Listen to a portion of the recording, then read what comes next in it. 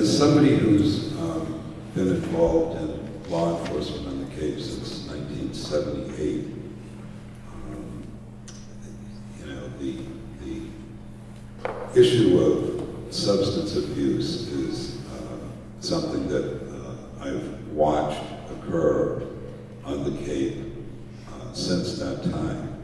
These young kids who are feeling this anxiety might be behind the middle school or at a ball field or something, and somebody says to them, I've got a beer, or I've got a joint, and if you take this, you'll feel better.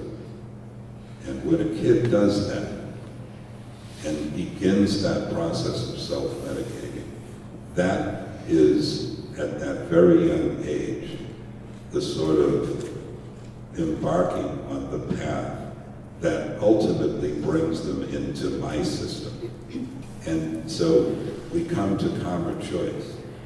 And I've been a supporter of Calmer Choice since its inception on the Cape, because I think that it equips kids with a tool to resist self-medicating with a substance. I'm State Representative Randy Hunt. My district includes parts of Plymouth, Bourne, Sandwich, and Barnstable. I'm not trained in this field, and we have people that are here, which is good. But I've been around for a while, and so I'm a pretty good observer of things.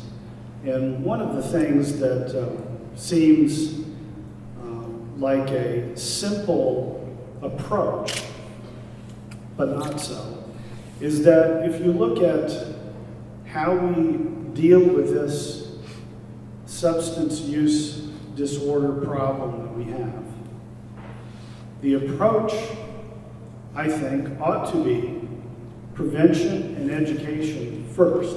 In other words, with the goal that none of these children ever get to the point where they're dealing with substance use disorder. And for those people that have been through our treatment programs and are in long-term recovery, providing enough assistance for those people to be able to stay in long-term recovery. So in my simple CPA mind, I think that if we can be successful at both ends of this spectrum, it will eventually squeeze out the middle.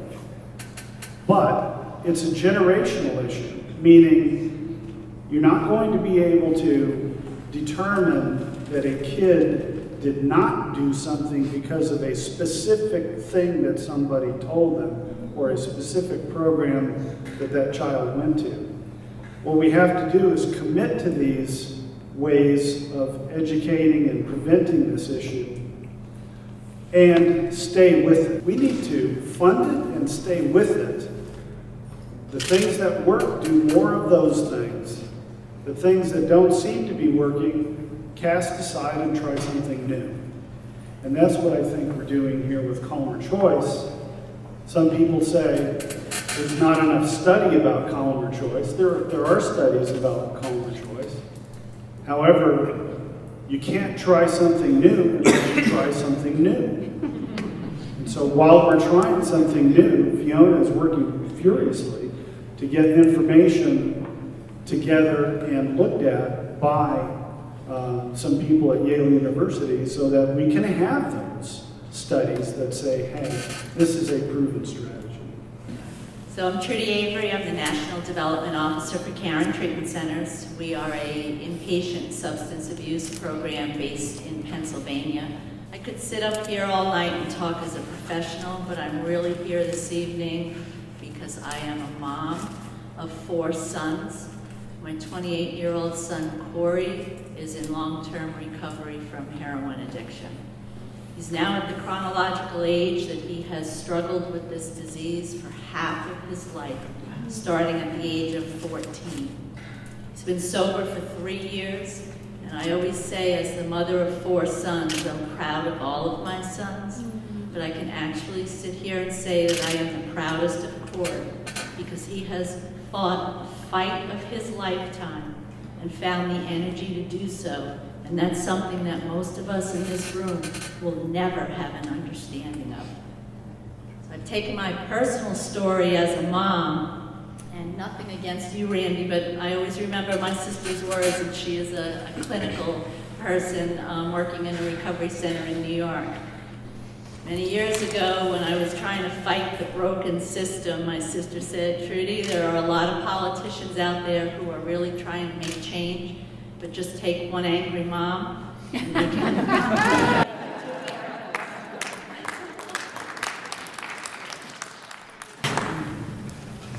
So again, the reason I'm here, and thank you for inviting me, Fiona, I've been at this for many, many years, and absolutely prevention is where we need to begin.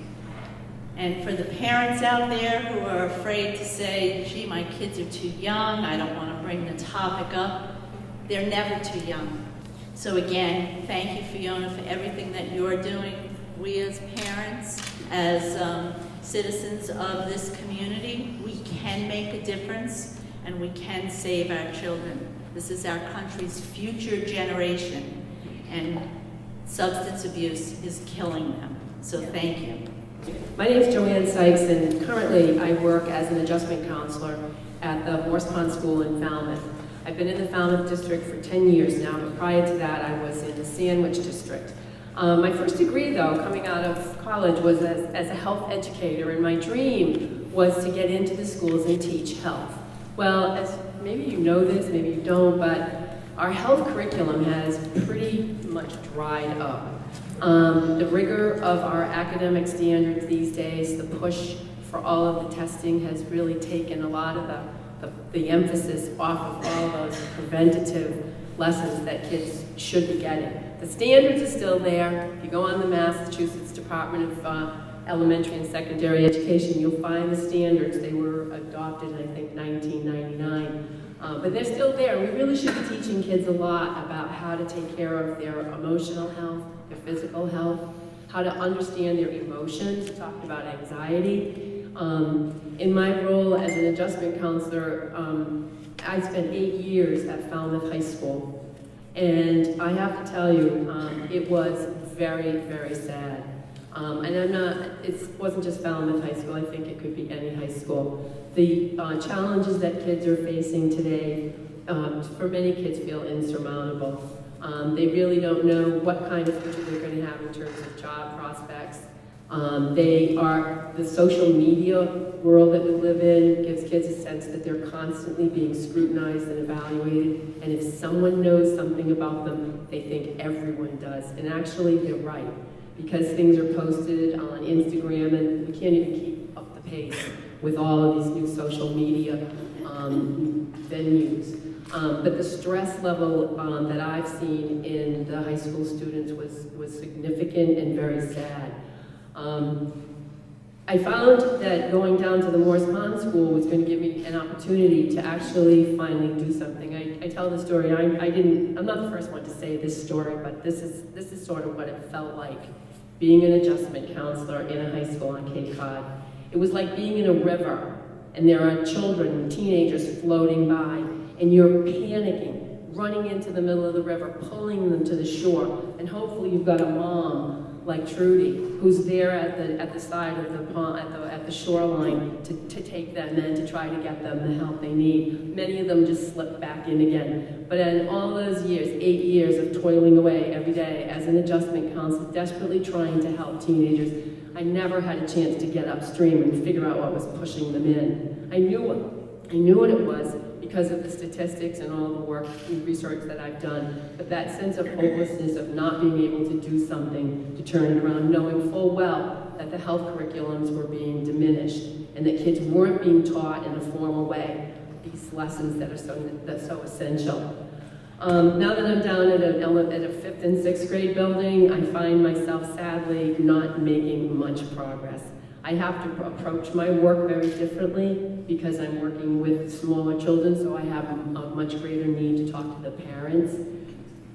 But the stress level on the part of the students is still just amazing. The social media, again, even at 5th and 6th grade, is starting to do the damage, where kids are their self-esteem is sinking. They feel constantly compared and judged. But on the positive note, and this may be a question coming up, so if I'm jumping the gun, I did write a grant, because when I saw the article in the paper 2 or 3 years ago about Common Choice, I said, that's the secret. We don't have health education in the school anymore, but this is what the kids need. This is stress reduction. This is teaching kids to understand how their brain works, to be able to broaden their vocabulary of words that describe feelings, and to figure out how to cope with those feelings. And so I was successful in raising some funds my first year at the Morse Pond School, and all 300 fifth graders were taught the Common Choice lessons last fall. And I have to say, it was absolutely amazing, because throughout the course, and I sat through all 8 lessons 6 times, because I had partnered with one of the instructors, and that was my commitment. So I know those lessons, I'll tell you. But it was interesting, and I was telling Mike earlier, when the teacher that I partnered with was doing a summary right towards the end, lesson number 7, she said, gee kids, we only have 1 more week together, but look at all we've learned. Let's just raise your hand, tell me what you've learned. And the hands just popped up. The kids remembered so much of the information all the way back to the first week, which was in September, and here we were now in December. And the teacher, one of the 5th grade teachers, said to me afterwards, she said, gee, I don't know how they did it, but I wish I could get a lesson across in that fashion, where I only had to say it once, and they remembered it. So for those schools, and I don't know what the Yarmouth school system is doing relative to their health education program, but Common Choice teaches a lesson that is compatible with the frameworks, the Department of Education, health education frameworks, and it's so necessary. So that's been my experience with it. And again, the challenges that the kids are facing and the pressures on young people today are enormous. And they really do need these skills. So my name is Adria Kennedy, and I am a family psychiatric nurse practitioner. In this journey of my life right now, I have over 20 years experience as a nurse, most of that in public health nursing, and a good chunk of that as a school nurse as well, nationally certified school nurse. My interest in substance abuse addiction goes way back in my career as a nurse, having worked in the field. But my heart has always been working with children and families, and I found myself in the school districts working with elementary school children, and listening to you talk about the statistics of what children are dealing with in our life. I can, from my own research, I know that the anxiety that children are facing, the challenges that they're facing with emotional and behavioral challenges are much different today than it was a few generations ago. When we look at national data that represents children and the challenges that they're facing, we know that anxiety, the average onset age for anxiety now is very young. It's down around 6 years old. For mood disorders, we're talking in the early teen years, 12, 13, and we know that addiction is 14 in that area. So everything is kind of slid down. And we know that, I love the story about, kids being handed a pear or a joint, and a child's been dealing with anxiety and depression their whole life, and not knowing how to deal with it effectively. And somebody puts something in their hand that they take and they put into their body, and for the first time in their life, they feel relief. We talk about how could you ever stop that kid from doing that again, right? And so here we are with Common Choice, and with the idea behind the lessons that we teach in Common Choice is to give children the opportunity to experience what it means for them to identify what they're feeling, how they're feeling, and to give them choices about what they do with those feelings, to give them the ability to pause. There's a saying about between a stimulus and a response, there's a space, and in that space is our freedom. In that space is where we can choose.